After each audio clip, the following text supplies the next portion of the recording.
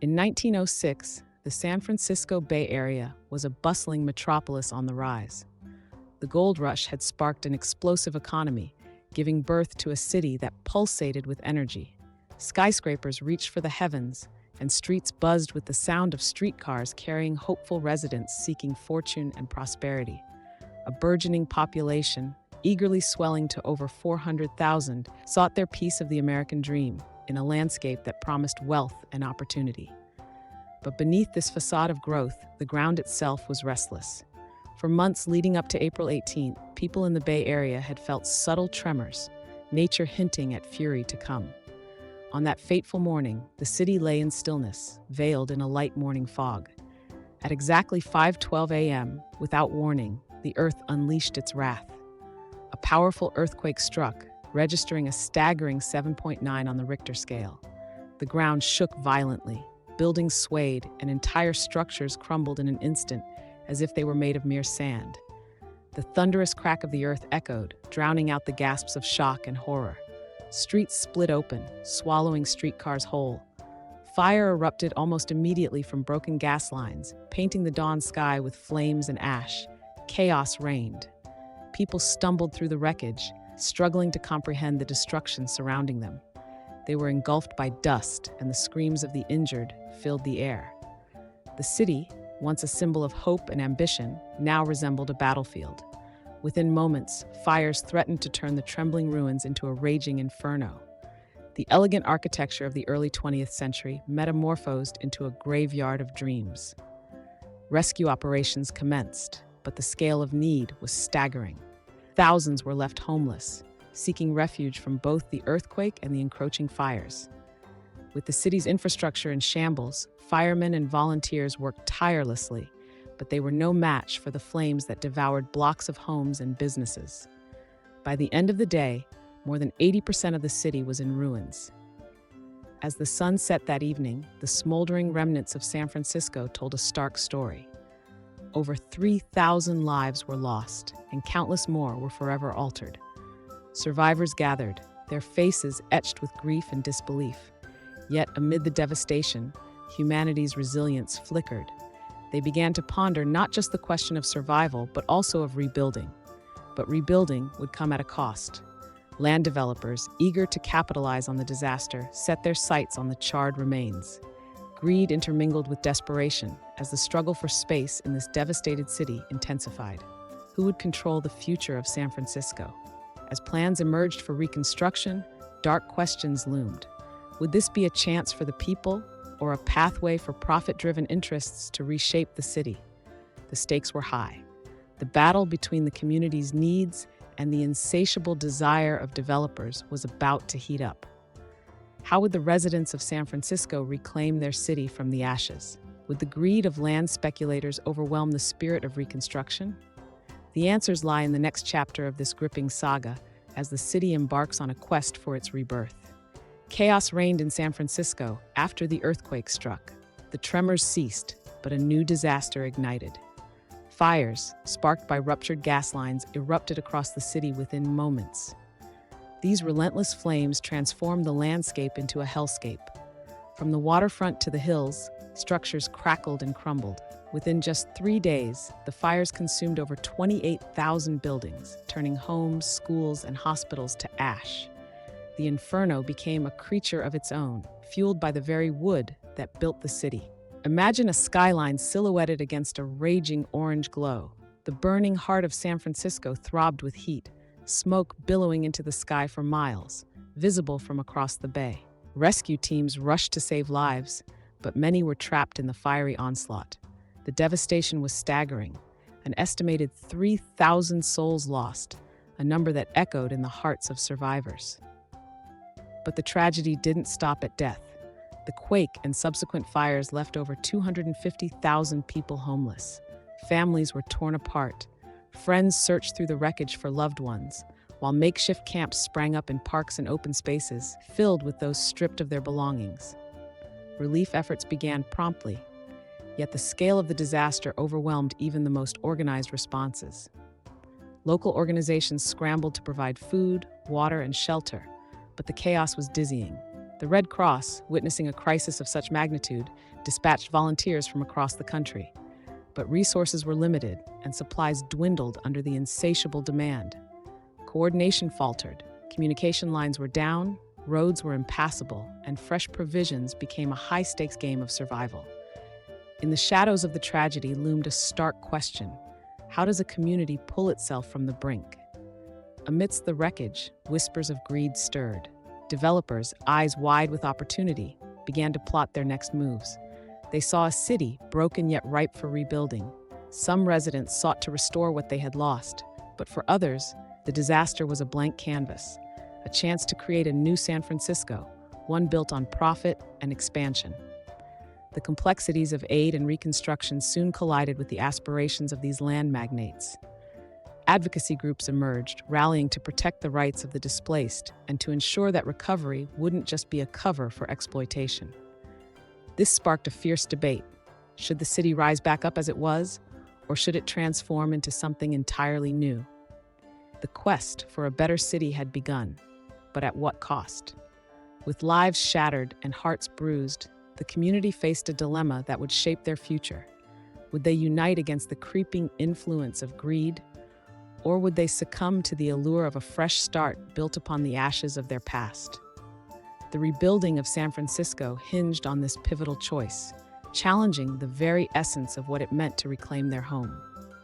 As the dust settled, the flames died down, but the fires of conflict were just beginning to spark. Who would win the battle for the soul of the city? What direction would their efforts take? And how would the foundations of a new San Francisco truly be laid?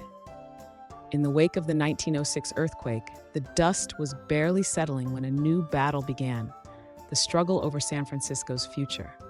Land development companies sprang into action, ready to capitalize on the devastation.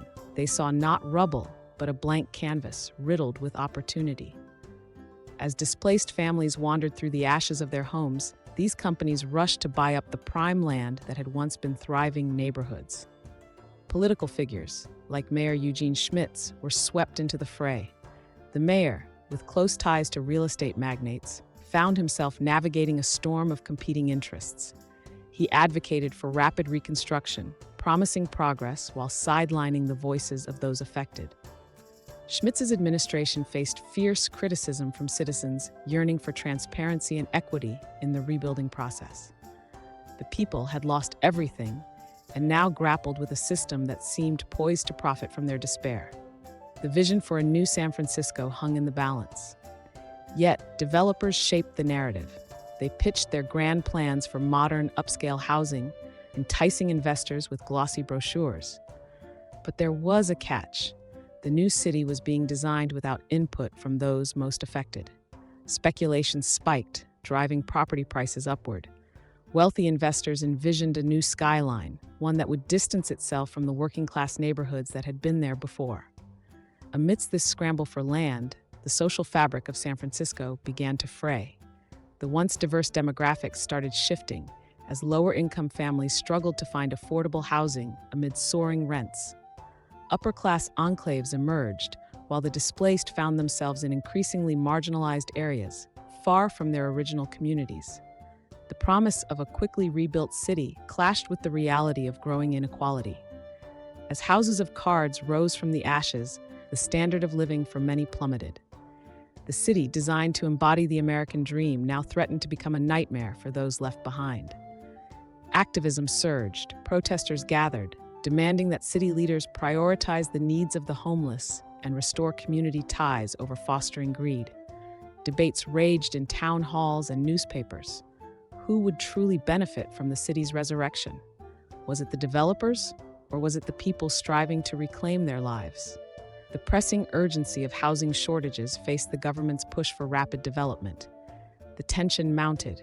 Decisions made in smoke-filled boardrooms would shape the lives of thousands. Against this backdrop of urgency and chaos, San Francisco stood at a crossroads. Would it rise anew, a city of promise and prosperity, or would it solidify the divides that the earthquake merely exposed? The battle lines were drawn. As the ink dried on plans for a reimagined city, one question loomed larger than the quakes that had shattered its foundations. What would the future of San Francisco look like, and who would be left out of the picture? The devastating San Francisco earthquake of 1906 didn't just flatten streets and buildings, it turned the city's very identity upside down. In the wake of such destruction, a fierce reckoning was underway. The relentless greed of developers clashed with a desperate need for safety and stability. The quest for a rebuilt San Francisco was not merely about reconstruction. It was a mission to learn, evolve, and ensure this kind of disaster never unfolded in the same way again. In the years that followed the catastrophe, urban planners and engineers shifted their focus dramatically. They turned their backs on outdated construction practices that had contributed to the city's downfall. The San Francisco Building Department established more rigorous building codes. Earthquake-proof designs emerged from the rubble, emphasizing steel frames and reinforced concrete. The lessons of 1906 became the foundation upon which the city would rise again. The devastating images of twisted steel and collapsing buildings lingered in the minds of architects and city officials. No longer could they overlook the importance of safe construction in a seismically active region. In 1907, just a year after the earthquake, the city enacted one of the first comprehensive building codes in the United States. This code was not just a bureaucratic measure, it was a lifeline. Engineers implemented innovations in seismic design that prioritized the safety of residents over the profits of developers. As San Francisco rebuilt, the city began to change. The scars of the earthquake were still fresh, but curiosity and ingenuity took hold. The rise of the new construction techniques ushered in an era of skyward growth. Buildings that once crumbled now stretched ever higher, with stricter safety measures ensuring they would stand against not just earthquakes, but the test of time itself. However, while the infrastructure improved, the story of recovery was not uniform. The city's mixed response to its marginalized communities resonated through the streets. Activism simmered as citizens rallied for a fair rebuilding process. Those marginalized before the earthquake, workers, immigrants, the poor, found their voices amid the ruins, demanding a seat at the table as reconstruction unfolded.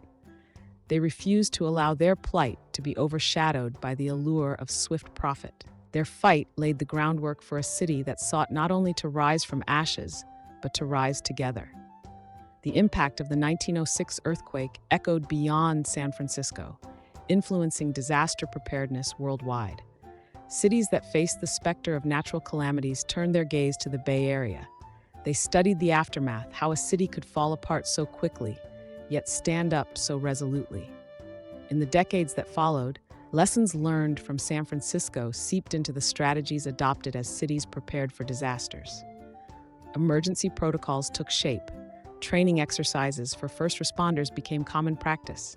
Hold drills and simulations across the globe reflected a new ethos. It wasn't about if a disaster would strike, but when. As the world observed San Francisco's evolution, a critical question emerged. Would these changes be enough to mitigate the devastation if disaster struck again? With science and fate intertwined, one event was still lurking ominously on the horizon, one that could test these hard-earned lessons. What awaited San Francisco next?